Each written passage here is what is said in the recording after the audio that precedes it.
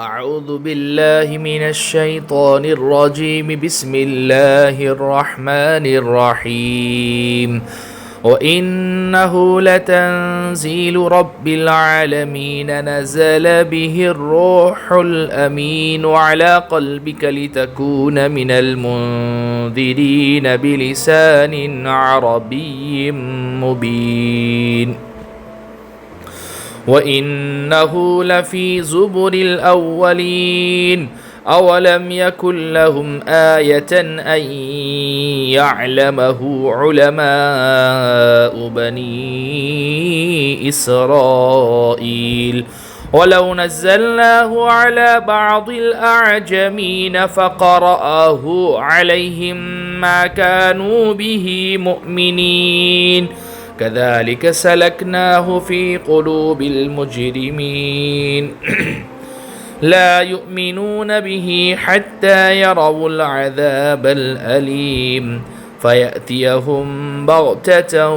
وهم لا يشعرون فيقولوا هل نحن منظرون أفبعذابنا يستعجلون أفرأيت إن متعناهم سنين ثم جاءهم ما كانوا يوعدون ما أغنى عنهم ما كانوا يمتعون وما أهلكنا من قرية إلا لها منذرون ذكرى وما كنا ظالمين وما تنزلت به الشياطين وما ينبغي لهم وما يستطيعون إنهم عن السمع لمعزولون فلا تدع مع الله إلها آخر فتكون من المعذبين میرے عزیزوں پیاروں بزرگوں اللہ کے رسول پر ایمان رکھنے والے میرے دین عظیم بھائیوں، یہ 22 آیتیں جن کی تلاوت ابھی آپ حضرات کے سامنے کی گئی، یہ سورہ شعراء کے 11ویں اور آخری رکوع کی 22 آیتیں ہیں۔ یہ آخری رکوع سورہ شعراء کا یہ جو ہے 36 آیتوں پر مشتمل ہے، لمبا رکوع ہے جس میں سے 22 آیتوں کی تفسیر خلاصہ نچوڑ آپ لوگوں کے سامنے آج رکھیں گے۔ ما بقیہ جو 14 آیتیں رہ جائے گی اس کی تفسیر انشاءاللہ تعالی زندگی باقی رہی تو آئندہ کل آپ لوگوں کے سامنے رکھیں گے۔ اچھا، یہ جو 22 آیتیں پڑھی گئی ہے اس میں اللہ سبحانہ و تعالی نے اپنے کلام قرآن مجید کی حقانیت کو، اس کو کون لے کر آیا اور کس پر یہ قرآن اترا اور اس کی تصدیق کرنے والی کتابیں اور پہلی کتابوں میں اس کلام کے تعلق سے کیا بات ہے، وہ تمام تر تفصیلات اللہ سبحانہ و تعالی نے ان آیات میں بیان فرمائی ہے۔ چنانچہ باری تبارک و تعالی ارشاد فرما رہے ہیں وَإِنَّهُ لَتَنزِيلُ رَبِّ الْعَالَمِينَ، بے شک یہ قرآن رب العالمین کا نازل کیا ہوا ہے۔ نزل به الروح الامین، امانت دار فرشتہ اسے لے کر اترا ہے، مراد اس سے جبرائیل امین علیہ السلام ہے، سارے فرشتوں کے سردار جن کا کام انبیاء علیہ السلام پر وحی لے کر آنا تھا، اور اللہ کے نبی علیہ السلام پر قرآن مجید کو وحی کی شکل میں لے کر آنے والے بھی جو ہے حضرت جبرائیل امین علیہ السلام ہے۔ علی قلبک لتکون من المنذرین، اے پیغمبر صلی اللہ علیہ وسلم تمہارے قلب پر اترا ہے یہ قرآن مجید، کیوں؟ تاکہ تم ان پیغمبروں میں شامل ہو جاؤ جو لوگوں کو خبردار کرتے ہیں، بلسان عربی مبین، ایسی عربی زبان میں اترا ہے جو پیغام کو واضح کر دینے والی ہے۔ وَإِنَّهُ لَفِي زُبُرِ الْأَوَّلِينَ، اور اس قرآن کا تذکرہ پچھلی آسمانی کتابوں میں بھی موجود ہے، یعنی تورات، زبور اور انجیل میں، نیز دوسرے انبیاء کرام علیہ السلام کے صحیفوں میں یہ بشارت دی گئی ہے کہ آخری پیغمبر تشریف لانے والے ہیں جن پر اللہ تعالیٰ کا کلام نازل ہوگا۔ اگرچہ اب ان کتابوں میں بہت سی تحریفات ہو گئی ہیں، لیکن ان میں سے متعدد بشارتیں آج بھی ان کتابوں میں موجود ہے۔ حضرت مولانا رحمۃ اللہ کیرانوی رحمۃ اللہ علیہ نے اپنی کتاب اظہار الحق کے آخری باب میں یہ بشارتیں تفصیل کے ساتھ نقل فرمائی ہے، اور مفتی تقی صاحب نے جو ہے اس کتاب کا جو اردو ترجمہ اور اس کی شرح و تحقیق جو کی ہے، جس کا نام بائبل سے قرآن تک ہے، اس میں بھی جو ہے نا یہ تمام تر باتیں جو ہے موجود ہے۔ اور اس قرآن کا تذکرہ پچھلے آسمانی کتابوں میں بھی موجود ہے۔ اولم یکن لہم آیۃ ان یعلمہ علماء بنی اسرائیل، بھلا کیا ان لوگوں کے لیے کوئی دلیل نہیں ہے کہ بنی اسرائیل کے علماء اس سے واقف ہیں؟ بنی اسرائیل میں سے جو لوگ حضرت صلی اللہ علیہ وسلم پر ایمان لے آئے تھے، وہ تو کھلم کھلا یہ بتاتے تھے کہ یہود و نصارہ کی کتابوں میں حضرت صلی اللہ علیہ وسلم کی تشریف آوری کی بشارت اور آپ کی علامتیں درج ہیں، لیکن بنی اسرائیل کے جو علماء ایمان نہیں لائے تھے وہ بھی تنہائی میں کبھی کبھی اس حقیقت کا اعتراف کر لیتے تھے۔ وَلَوْ نَزَّلْنَاهُ عَلَى بَعْضِ الْأَعْجَمِينَ، اور اگر ہم یہ کتاب عجمی لوگوں میں سے کسی پر نازل کر دیتے،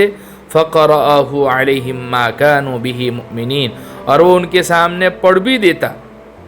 تو یہ لوگ تب بھی اس پر ایمان نہ لاتے۔ یعنی اگر ہم قرآن کریم کے معجزہ ہونے کی اور زیادہ وضاحت اس طرح کر دیتے کہ یہ عربی زبان کی کتاب کسی غیر عرب پر نازل ہوتی جو عربی سے ناواقف ہوتا، اور وہ عربی نہ جاننے کے باوجود اس عربی قرآن کو پڑھ کر سناتا، تب بھی یہ لوگ ایمان نہ لاتے، کیونکہ ایمان نہ لانے کی وجہ یہ نہیں ہے کہ قرآن کریم کی حقانیت کے دلائل معاذ اللہ کمزور ہے، بلکہ انہوں نے ضد کی بنا پر طے کر رکھا ہے کہ کیسے ہی دلائل سامنے آ جائیں یہ ایمان نہیں لائیں گے۔ جیسے ایک ضد اور حد دری میں آدمی ہوتا ہے نا، وہ سامنے سے آپ کو کہہ دیتا ہے کہ آپ کچھ بھی کہیں، کچھ بھی یہ کر لیں، میں نہیں مانوں گا، تو ویسے ہی ان لوگوں کی حالت تھی۔ كَذَلِكَ سَلَكْنَاهُ فِي قُلُوبِ الْمُجْرِمِينَ،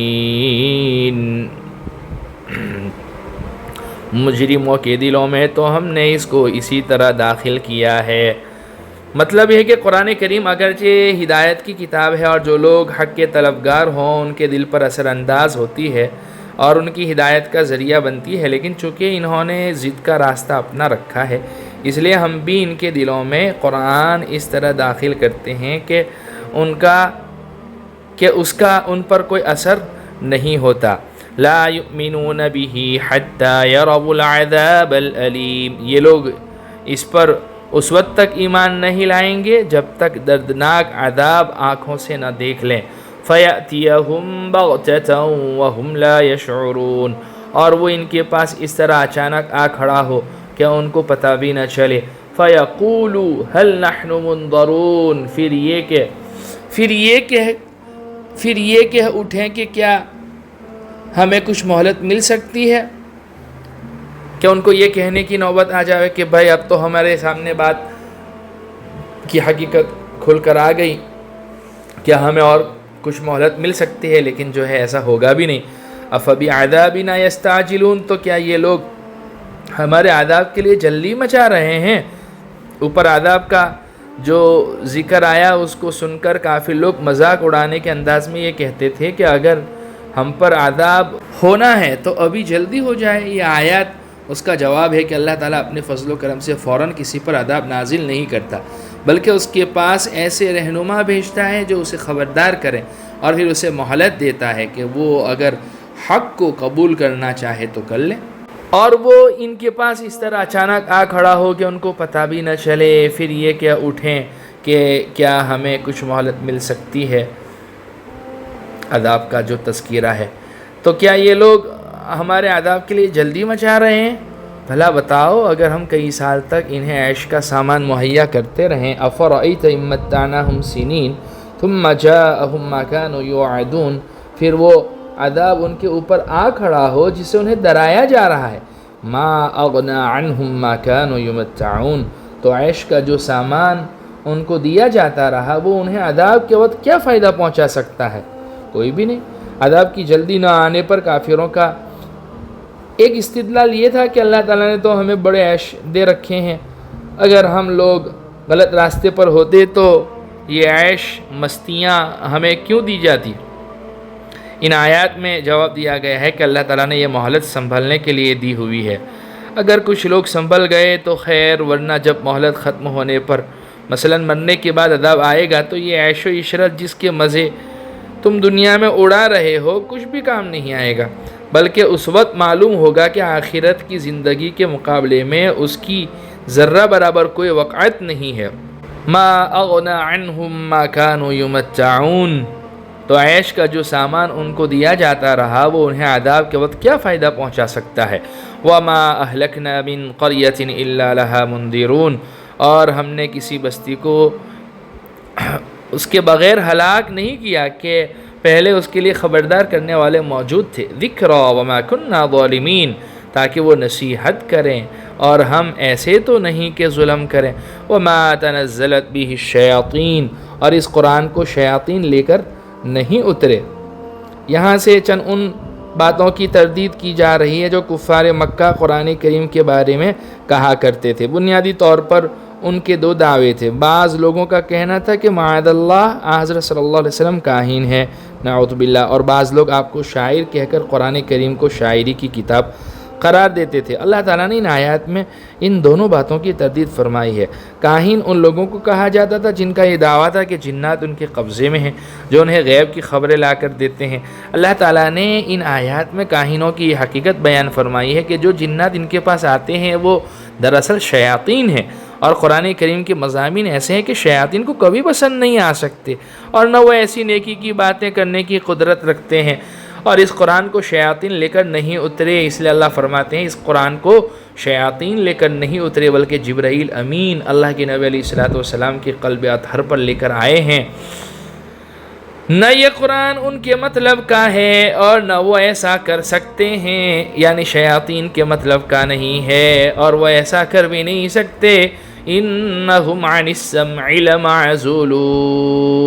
انہیں تو وحی کے سننے سے بھی روک دیا گیا ہے۔ اب کوئی فرشتہ، اب کوئی جو ہے ابلیس شیطان جو ہے آسمان کی طرف جو ہے جانے کی کوشش کرتا ہے تو ستارہ مار دیا جاتا ہے، انہیں تو وحی کو سننے سے بھی روک دیا گیا ہے۔ فَلَا تَدْعُ مَعَ اللَّهِ إِلَٰهًا آخَرَ فَتَكُونَ مِنَ الْمُعَذَّبِينَ، اللہ فرماتے ہیں لہذا اللہ کے ساتھ کوئی معبود نہ مانو، کبھی تم بھی ان لوگوں میں شامل ہو جاؤ جنہیں عذاب ہوگا۔ یعنی اللہ کی نافرمانی کر کے اس کی خدائی میں اور کسی کو شریک کر کے تم بھی اپنے آپ کو مجرم بنا لو تو یہ تو گھاٹے کا سودا ہے۔ بہرحال اللہ سبحانہ و تعالیٰ نے ان آیات میں قرآن کریم کی حقانیت کو بیان فرمایا ہے، اور واقعی یہ روشن کتاب ہے، ہدایت کی کتاب ہے، اور قیامت تک آنے والے آخری انسان کے لیے یہ ہدایت کا ذریعہ اور سامان ہے۔ اللہ ہمیں اس کی حقانیت کو سمجھنے کی توفیق عطا فرماوے اور اس کے احکامات کے مطابق زندگی گزارنے کی توفیق عطا فرماوے۔ اس قرآن کریم کی عظمت، محبت اور اس پر عمل کرنا ہمیں نصیب فرماوے، ہمارے اس مبارک سلسلے کو بھی قبول فرماوے۔ بہرحال یہ 22 آیتیں تھیں سورہ شعراء کے آخری اور 11ویں رکوع کی ما بقیہ 14 آیتیں جو اس کی رہ گئی ہے۔ انشاءاللہ العزیز اس کا تذکرہ انشاءاللہ تعالی آئندہ کل آپ لوگوں کے سامنے کریں گے۔ اللہ سبحانہ و تعالی ہمارے اس مبارک سلسلے کو قبول فرماوے۔ وآخر دعوانا الحمدللہ رب العالمین۔